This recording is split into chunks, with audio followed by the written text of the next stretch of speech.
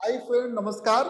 आज का टॉपिक है changes in the NGO educational and hospital institution by budget 2022 propose amendment by finance bill 2022। दोस्तों, budget 2022 में NGO जिसमें educational institution, hospitals, charitable trust पे काफी चेंजेस लाए गए हैं। चेंजेस का एक बार हम लोग बैकग्राउंड रिव्यू करते हैं।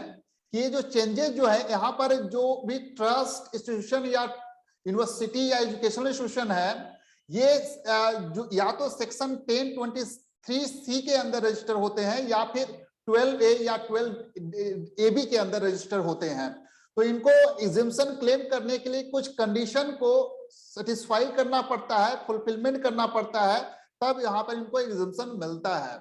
इसको अगर हम देखें, ये अगर यहाँ पर हम मेमोरेंडम देखते हैं तो मेमोरेंडम में इसको दो रिजिम में हम इसको बांट दिया है उन्होंने। तो पहला रिजिम वो उस तरह का फंड इंस्टीट्यूशन या ट्रस्ट, यूनिवर्सिटी या एजुकेशनल इंस्टीट्यूशन या मेडिकल इंस्टीट्यूशन है जो 1023C के अंदर कवर है, और दूसरा ट्रस्ट जो रजिस्टर है 12AA या 12AB के अंदर है। तो दो रिजिम में डाला हुआ है, और ये जो सारे चेंजेस किए गए हैं ये या तो पहले रिजिम में पहले थे और दूसरे रिजीम में किए गए, दूसरे रिजीम में वो उस तरह के प्रोविजन थे और पहले रिजीम में नहीं थे, तो उसको अप्लाई किया गया है। तो ये सारा प्रपोज अमेंडमेंट जो है इसको इस तरह हम देखते हैं कि सबसे पहला जो ये जो अमेंडमेंट किए गए हैं, इससे ये जो इंस्टीट्यूशन है, ट्रस्ट है, उसके इफेक्टिव मॉनिटरिंग एंड इम्प्लीमेंटेशन के लिए किए गए हैं। दूसरा, कंसिस्टेंसी लाने के लिए कि दोनों तरह का जो टैक्स एग्जेम्पशन रिजीम है, दोनों में एक तरह का कंसिस्टेंसी आ जाए। और तीसरा, क्लियरिटी इन सर्टेन सर्कमस्टांसेस, इसके लिए किए गए हैं। ये पूरा जो चेंजेस किए गए हैं, इसको आप एक बार हम हेडलाइंस देखते हैं, उसके बाद हम लोग डिटेल में इसका स्टडी करेंगे। सबसे पहला हम देखते हैं कि effective monitoring and implementation of the two exemption regime के अंदर यहाँ पर तीन तरह के चेंजेस उन्होंने प्रपोज किए हैं। पहला चेंजेस है books of the account maintenance के लिए। ऑडिट की रिक्वायरमेंट थी, लेकिन प्रिस्क्राइब बुक्स ऑफ अकाउंट क्या होगा यह क्लियर मेंशन नहीं था। तो यहाँ पर लॉ में चेंजेस किए गए हैं कि यहाँ पर अब प्रिस्क्राइब बुक्स ऑफ अकाउंट या प्लेस जहां पर मेंटेन होंगे ये बुक्स ऑफ अकाउंट, उसके लिए प्रोविजन लाने की बात कही गई है, और ये रूल्स के द्वारा फर्दर नोटिफाई होंगे। दूसरा, penalty for passing on unreasonable benefit to trustee और स्पेसिफाइड पर्सन। अगर कोई अनरीजनेबल बेनिफिट ट्रस्टी या स्पेसिफाइड पर्सन को ट्रांसफर होते हैं तो उसके लिए पेनल्टी की प्रोविजन की गई है। और अगर सेकेंड टाइम उसी तरह सेम मिस्टेक किया जाता है तो उसकी पेनल्टी को डबल कर दिया जा रहा है यहाँ पे। और थर्ड है reference to the principal commissioner और commissioner for the cancellation of the registration और अप्रूवल की रिक्वायरमेंट। तो ये तीन तरह के चेंजेस जो है, जो monitoring and implementation of two tax exemption regime के लिए लाया गया है यहाँ पे। दूसरा, consistency in the provision of two exemption regime के अंदर एक्युमुलेशन प्रोविजन के बारे में कुछ में चेंजेस किए गए हैं। देखेंगे 85% का जो एक्युमुलेटेड प्रोविजंस जो इस तरह के हैं, तो वहां पर क्या क्या चेंजेस किए गए। दूसरा, bringing consistency in the provision relating to the payment of specified person. Specified person का जो पेमेंट है वहां पर कंसिस्टेंसी लाने की बात कही गई है। और उसके बाद सेक्शन 115TD जहां पर हम कहते हैं कि टैक्स ऑन एक्रीटेड इनकम, तो उसको अप्लाई करने की बात कही गई on trust association under the first regime. Second regime पे पहले से था और फर्स्ट रिजिम पे भी अप्लाई करने की बात कही गई है। और fourth, filing of the return by person claiming exemption under clause 23C of section 10 of the act. तो यहाँ पर ये इस तरह के कंसिस्टेंसी लाने के लिए प्रपोज किया गया है। उसके बाद clarity on the taxation in the certain circumstances, जिसके अंदर अगर एग्जेम्पशन डिनाई हो जाता है, सपोज कोई कंडीशन आप फुलफिल नहीं करते हैं और एग्जेम्पशन डिनाई होता है, तो उस केस में एक्सपेंडिचर अलाउइंग के प्रोविजन यहाँ पर लाए गए हैं, वहां पर हम चेंजेस देखेंगे अभी डिटेल में। उसके बाद taxation of the certain income the trust और institution under both the regime at specified rate. उसके बाद voluntary contribution for the renovation and repairs of the temples, mosque, gurdwara, churches etcetera and clarifying application that application will be allowed only when it is actually paid, not only incurred, actually paid, तभी आपको application वो माना जाएगा। And constitutional amendment के रूप में reference of prescribed authority, जहां पर प्रिस्क्राइब होती है तो वहां पर अथॉरिटी का नाम उन्होंने बताया है, क्लेरिफाई किया है। उसके बाद सेक्शन 35 सबसेक्शन 1 में अमेंडमेंट लाया गया है। तो ये 3 तरह के चेंजेस हैं जो पूरे बजट में लाए गए हैं, फाइनेंस बिल के द्वारा सजेस्ट किए गए हैं। आइए हम लोग देखते हैं कि डिटेल में देखते हैं कि क्या क्या चेंजेस यहाँ पर आए हैं।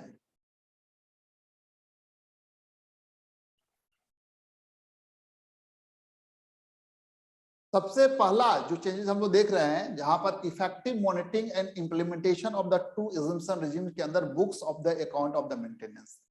यहां पर क्या था, सेकेंड रेजिम वाले केस में जहां 12 AA या AB के अंदर जो रजिस्ट्रेशन जहां था, तो वहां पर क्या था कि ऑडिट के प्रोविजन थे। यहां पर देखिए कि जहां पर टोटल इनकम ऑफ ट्रस्ट और institution under second regime exceed the maximum amount which is not chargeable to tax is required to get this account audited। और सिमिलर प्रोविजन था आपका फर्स्ट रेजिम में भी था, सेक्शन 10(23)(c) के अंदर जो आपका क्लॉज 5, 6, 6A है, वहां पर भी एक सिमिलर प्रोविजन था।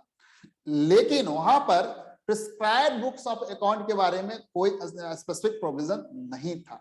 तो इसको लेकर proper implementation of the both the exemption regime ये प्रपोज किया गया है कि prescribed books of account to be maintain in the form and manner as well as the place as may be prescribed in case of the trust of the both the regime in the case of total income exceed the maximum amount not chargeable to tax।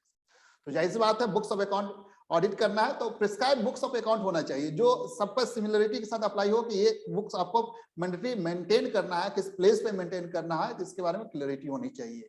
तो यहां पर ये एक अच्छा amendment है। उसके बाद second, penalty for passing on unreasonable benefit to trustee और स्पेसिफाइड पर्सन। तो यहां पर to discourage misuse of the trust property एक न्यू सेक्शन 271 AAE इंसर्ट किया गया है for the providing penalty to the trust of the both the regime in specified cases. इसके accordingly क्या है कि where the trust or institution under any of the both regime has passed unreasonable benefit to the trustee or specified person, it will be penalized with the sum equal to the value of benefit passed at the first instance of the both the violation। अगर जितना benefit पास किया है वहां उतना तक penalty लगा दिए जाएंगे first instance of the violation के केस में। और in case of the subsequent year में अगर फिर ये वायलेशन होता है तो in that case penalty shall be double the amount of such benefit pass. तो ये ध्यान रखना है, अगर कोई मिस्टेक हो गई तो फर्स्ट टाइम तो आपको पेनल्टी लगाया गया, सेकेंड टाइम अगर मिस्टेक करेंगे तो उसको पेनल्टी को डबल कर दिया जाएगा, जितना बेनिफिट पास हुआ है उसके डबल कर दिया जाएगा पेनल्टी।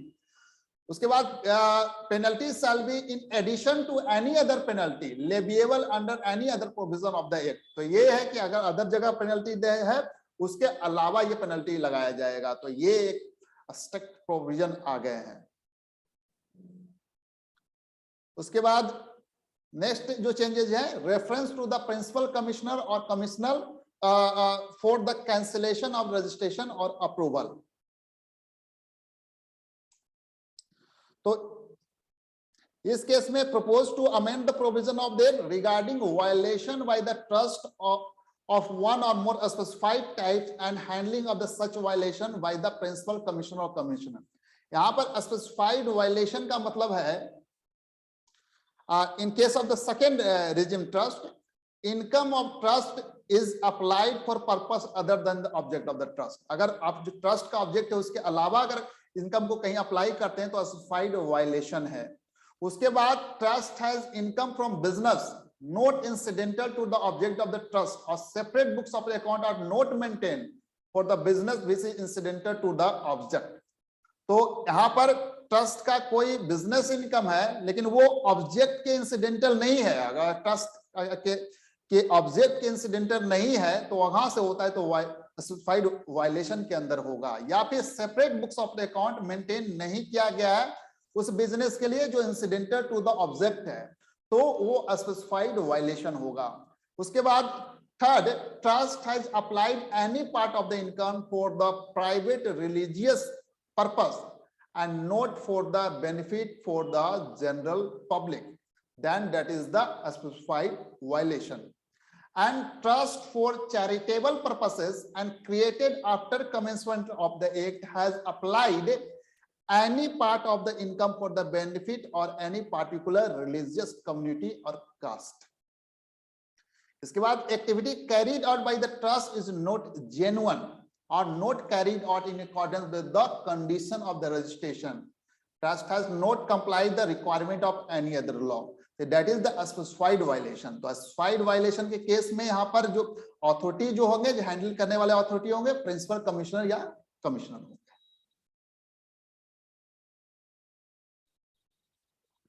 उसके बाद सेकेंड टाइप का जो चेंजेस आ गए हैं, जहां पर bringing consistency in the provision of the आपका टू इजम्पशन द रिजिम, दो जो रिजिम है उसके अंदर सबसे पहले एक्युमुलेशन प्रोविजन के अंदर, तो एक्युमुलेशन प्रोविजन के अंदर जो सबसे पहला जो आप देख रहे हैं यहाँ पे कि second regime of the trust के केस में, सेकेंड रिजिम जहां पर 12 आपका एबी और ए के अंदर जो अगर रजिस्ट्रेशन है, तो उसके केस में जहां पर income is not utilised by the trust for the purpose for which it is accumulated और set apart, it is proposed to amend the provision of section 11 subsection 3 to provide that such income shall be deemed to be the income of the previous year, being the last previous year of the for which the income is accumulated or set apart.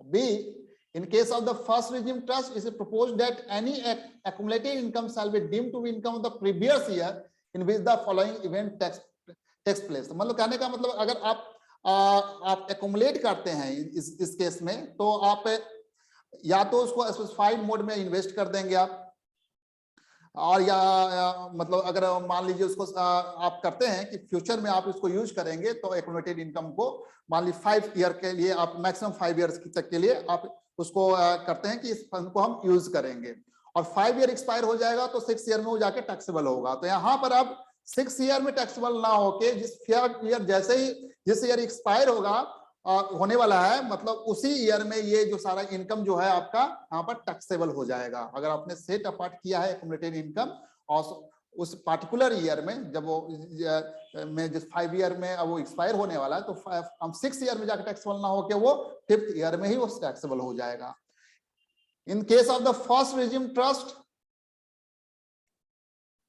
it is proposed that any accumulated income shall be deemed to be the income of the previous year in which the following event takes place. Income is applied for the purpose other than the object of the trust, or income ceases to remain accumulated or set apart. एक provision ये है कि accumulated income shall deemed to be income of the previous year in which the following event takes place. अगर violation आप करते हैं, suppose income is applied for purpose other than the object of the trust, or the income ceases to remain accumulated या set apart, या income ceases to remain invested as deposited in specified modes. उसके बाद income is not utilized for the purpose for which it was accumulated or set apart within the specified period. Income is not utilized for the purpose for which it was accumulated or set apart within the specified period. Income is transferred to any other trust under the first or second regime. तो इस case में जिस ये कर रहा है deemed to be income of the previous year, जिस year में ये इवेंट टेक्स प्लेस हो जाएंगे, उसी प्रीवियस ईयर में वो टैक्सेबल हो जाएगा। उसके बाद bringing consistency in the provision relating to payment of to specified person, तो यहाँ सेक्शन 1023C में एक प्रोविजो इंसर्ट किया गया है जो प्रोवाइड करेगा कि वेयर द इनकम और property of the trust under the first regime is applied directly और indirectly for the benefit of any specified person, such part of income or property shall be deemed to be the income of such person for the previous year in which it is so applied. तो जिस year में apply किया जाएगा तो उसी year में ये income consider कर लिया जाएगा। इसके बाद सेक्शन 115 TD जहां एक्रेडिटेड इनकम का प्रोविजन है, अप्लाई टू द ट्रस्ट और institution under the first regime. Accredited income में क्या होता है कि आपका जो टैक्स जो होता है इन केस ऑफ द कन्वर्जन या merger with the other trust or society with different object या conversion in unregistered society trust, तो in that case क्या होता है, accredited income होता है पर टैक्स आपको देना पड़ता है, वो मैक्सिमम मार्जिनल रेट से टैक्स देना पड़ता है। तो ये वाले जो प्रोविजन है accredited इनकम का, इसको फर्स्ट रिजीम वाले हैं जो एजुकेशनल हॉस्पिटल वाले इंस्टीट्यूशन है, ट्रस्ट है, उस पे भी ये अप्लाई हो जाएगा। उसके बाद filing of the return by the person claiming exemption under section 23C of section 10 of the act. यहां पर कहा जा रहा है कि according to clause B of section 1 of section 12A, trust और institution under second regime does not furnish return of income according to the provision of the section within the allowed time, then provision of section 11 and 12 are not applicable. These are no similar provision in the other regime. तो यहाँ पर second regime में कहा गया था कि 12A, 12 और 11 का जो ये बेनिफिट लेना है सेक्शन का, तो इस केस में आपको ड्यू डेट पे आपको रिटर्न फाइल करना है। तो यहाँ पर जो हॉस्पिटल और एजुकेशनल इंस्टीट्यूशन है अंडर सेक्शन 1023C के अंदर जो रजिस्टर हैं, तो उन पर ऐसा सिमिलर प्रोविजन नहीं था, तो सिमिलर प्रोविजन यहाँ भी लाया गया है और कहा गया है कि यहाँ पर 20th प्रोविजन जो इंसर्ट किया गया है सेक्शन 10 क्लॉज 23C के अंदर, for the to provide that for the purpose of exemption under this clause, any trust or institution under the first regime is required to furnish return of income of the previous year in accordance with the provision of section 139(4)(c) within the allowed time.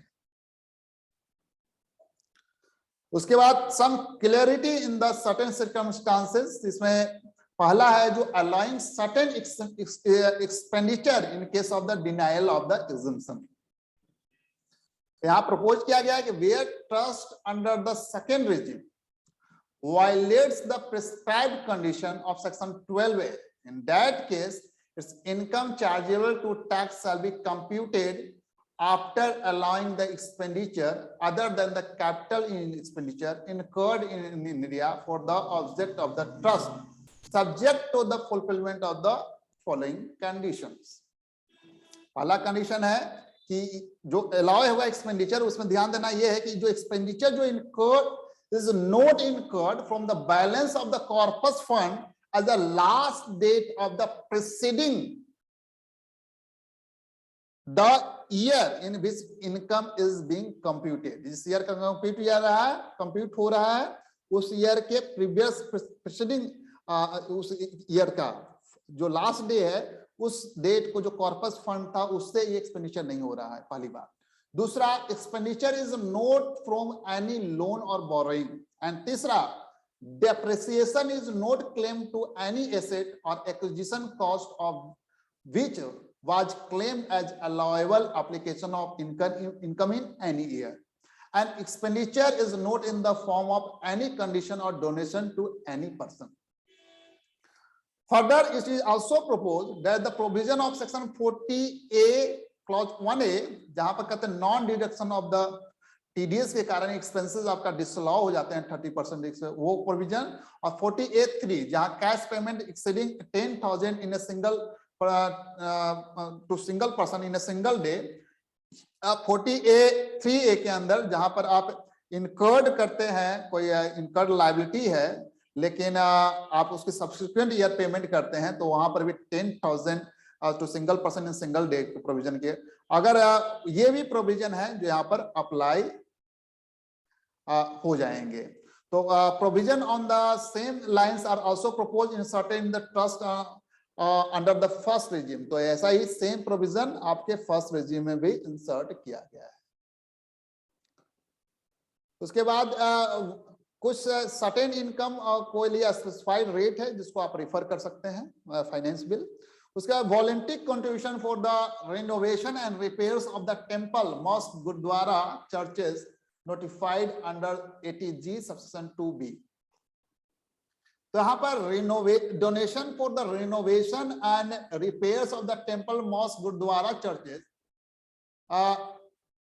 are received for the specified purposes. यहाँ पर donation received for the specified purpose. However, it is not clear for such donation are treated as corpus donation or are required to apply or can be accumulated for a maximum period of the 5 years. आप कोई donation लेते हैं तो यहाँ पर for specified purpose, लेकिन यहाँ पर क्लियर नहीं है कि इसको आप या तो कॉर्पस ट्रीट करेंगे या फिर एक्युमुलेट करेंगे for the maximum period of the 5 year. तो यहाँ पे इस कोई क्लियरिटी नहीं है, तो इसलिए प्रपोज किया गया है कि जहां पर property held under the trust और institution includes temple, mosque, gurdwara, churches और other places and notified under section 80G2B के अंदर, any sum received by trust or institution as a voluntary contribution for the purpose of the renovation or repair of such temple, mosque, gurudwara, churches or other places at its option पे है कि be treated by such institution trust as forming part of the corpus of the trust or institution subject to the condition that the trust or the institution, condition क्या है वो देखेंगे, ये option पे है, कुछ कंडीशन फुलफिल करने होंगे आपको, उसके लिए आप कॉर्पस ट्रीट कर सकते हैं उसको कॉर्पस, लेकिन एक कंडीशन आपको फुलफिल करने होंगे। Apply such corpus only for the purpose for which the voluntary contribution was made, and second does not apply such corpus for making contribution और donation to any person and maintain such corpus as separately identifiable और invest और deposit such corpus in the specified form and modes under section 11 subsection 5। उसके बाद clarity on the application will be allowed only when it is actually paid। तो trust or institution under both regime are required to apply 85% of their income for the purpose specified, as is evident from the word application, it means actually paid। This is the position which has been held by a different court also. Accordingly, it is clarified by inserting explanation to provide that any sum payable by any trust under the first or second regime shall be considered as application of income in the previous year in which such sum is actually paid by it, irrespective of the previous year in which the liability to pay such sum was incurred by such trust according to the method of accounting regularly। इतना है, ठीक है। तो आप incurred liability है लेकिन आपने पे नहीं किया, लेकिन जब एक्चुअली आप पे करेंगे in that case you consider as the application। It is further proposed to insert a propose that the where during any previous year any sum has been claimed to have applied by the trust, such sum shall not be allowed as application in any subsequent previous years। तो जब यहाँ पे apply करेंगे तो ऐसा नहीं subsequent previous year के लिए फिर भी उसको अप्लाई कंसीडर करेंगे। तो ये यहाँ पर एक चेंजेस था। उसके बाद कॉन्स्टिट्यूशनल अमेंडमेंट में आपको देख रहे हैं reference prescribe authority under section 1023C के अंदर, तो यहाँ पर भी हमने प्रिंसिपल कमिश्नर और कमिश्नर वहां पर प्रिस्क्राइब ऑथोरिटी का मतलब है। उसके बाद सेक्शन 35 सेक्शन 1A के अंदर जो अमेंडमेंट आया है कि कहा गया है कि यहाँ पर सेक्शन 35 1A जो था ये आपका जो इसमें मैंडेट था कि रिसर्च एसोसिएशन, यूनिवर्सिटी, कॉलेज या अदर इंस्टीट्यूशन जो है वो file the statement of the donation received by this entities from the donor. Further section 80G के अंदर भी सिमिलर प्रोविजन था, इंट्रोड्यूस किया गया था। ये आपका taxation other law relaxation and amendment certain provision act 2020 जो 1 अप्रैल 2021 से इफेक्टिव में था कि जहां deduction claim by the donor under this section was disallowed in case donee fails to furnish the statement of donation. तो यहाँ पर अमेंडमेंट लाया गया है, तो यहाँ पर नो डिडक्शन के नहीं, यहाँ पर डिसअलाउड की बात कही गई है। तो it is proposed to amend this section to provide that the deduction claimed by the donor with respect to the donation given by any research institution, university, college shall be disallowed unless such research association, university, college or other institution or company files the statement of the donation। तो statement of donation आपको file करना, otherwise ये disallow हो जाएंगे। तो ये थे जो सारे अमेंडमेंट हैं, सारे amendment at the one place आप यहाँ पर देख सकते हैं। Thank you so much for watching this update. और जैसे जैसे फाइनेंस एक्ट आएंगे और ज्यादा क्लेरिफिकेशन आएंगे तो मैं एक एक क्लॉज को सेपरेटली मैं यहाँ पर उसके लिए वीडियो बनाऊंगा। Thank you so much for watching this update.